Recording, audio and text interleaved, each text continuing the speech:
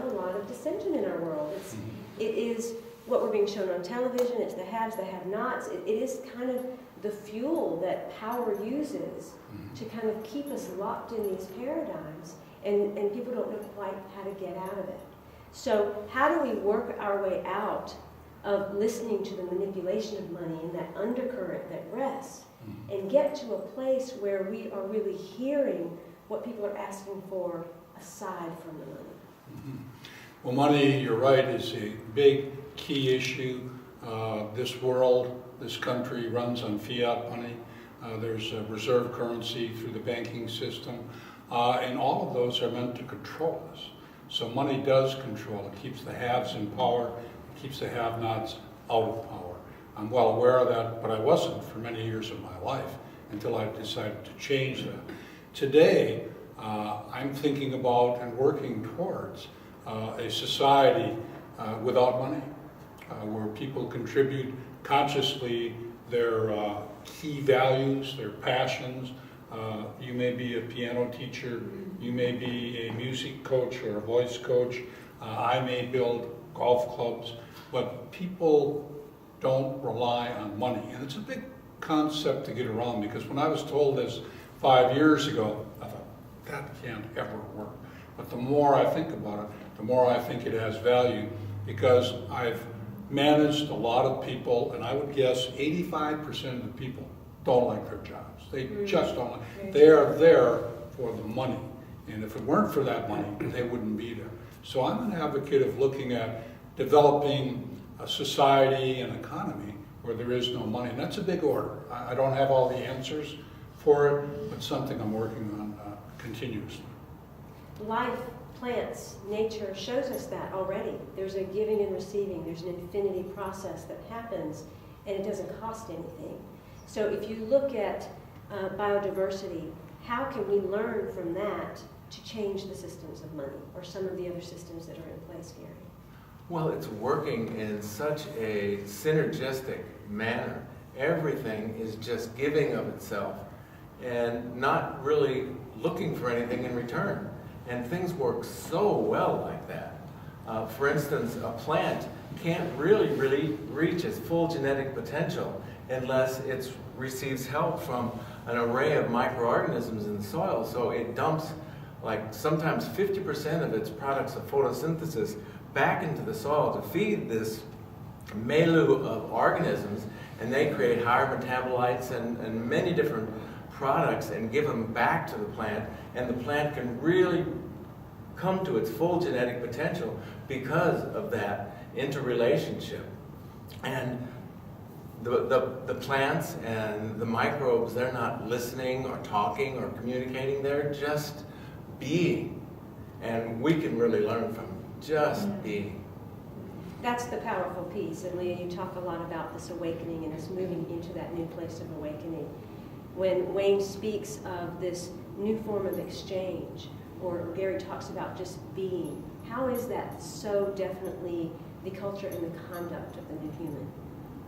Oh yes, the new human. Well, the new human is emerging on the planet.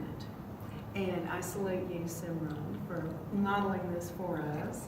And what you see before us here is a little microcosm of what's possible on our planet as people come together in their beingness apart from judgment and allowing the beings to be who they are.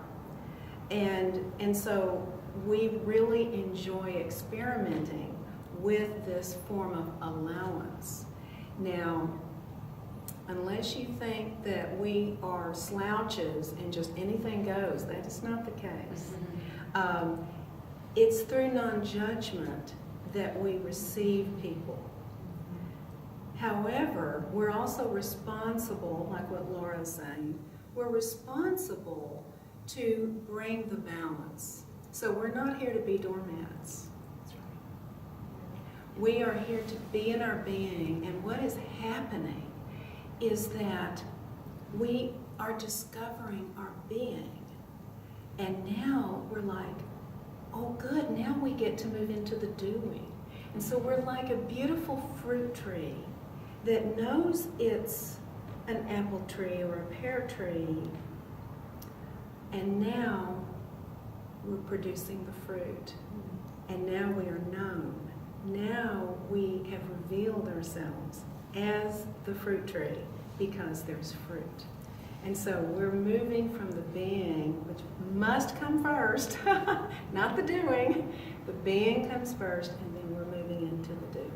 And you're speaking about authenticity, you're speaking about truth, you're speaking about responsibility. And I want to go back to a comment that Laura said. Timothy, I'd like you to answer it. Because you spoke about how we have to be in certain environments.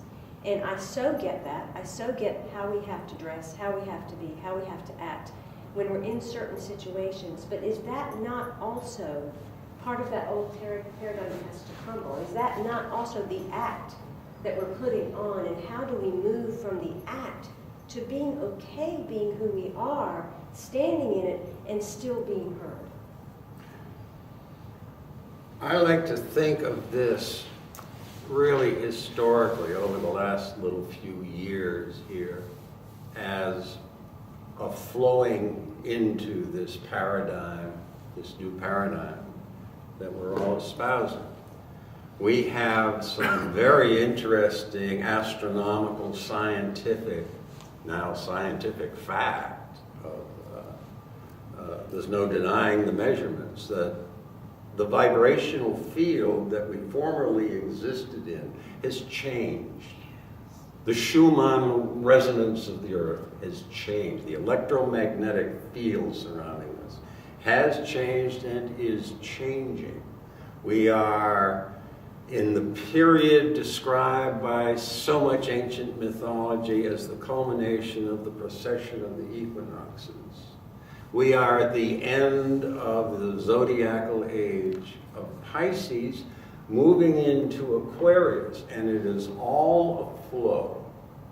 I sometimes like to think of it as when we have the word show in common, and I envision this show boat that is vibrating forth safe passage as we cruise along from Pisces further into Aquarius, when these same mythologies tell us, all the way back to Zoroaster, that we have a golden age to anticipate, to explore, to open up. So some of the confusion you alluded to, I think, is difficulty in recognizing old vibrational patterns have changed, and what worked just a very few short years ago no longer does. Now, Laura's point, I think, is absolutely important because it asks for a level of consciousness that can acknowledge who it is you're talking about, have the sensitivity to then create the comfort zone for them. So I sometimes think God is an actor, because the first thing that has to happen is action. That's what happens, and then you determine the action. So what you are in that situation is the actor, as now the politician, who has the sense to say, okay, well, the pirate suit isn't going to work here. What we want is the little Bo Peep suit for this one. And that's when that works. But not to have that sensitivity. Now, sometimes rebellion might be being expressed by the Levi suit and the dreadlocks and so on and so on. That's a different thing entirely. But if it's coming out of ignorance, it's just really kind of stupid. And we do have a stupidity problem that we're doing our best to rise beyond and above. But I find it takes constant attention, at least in my time.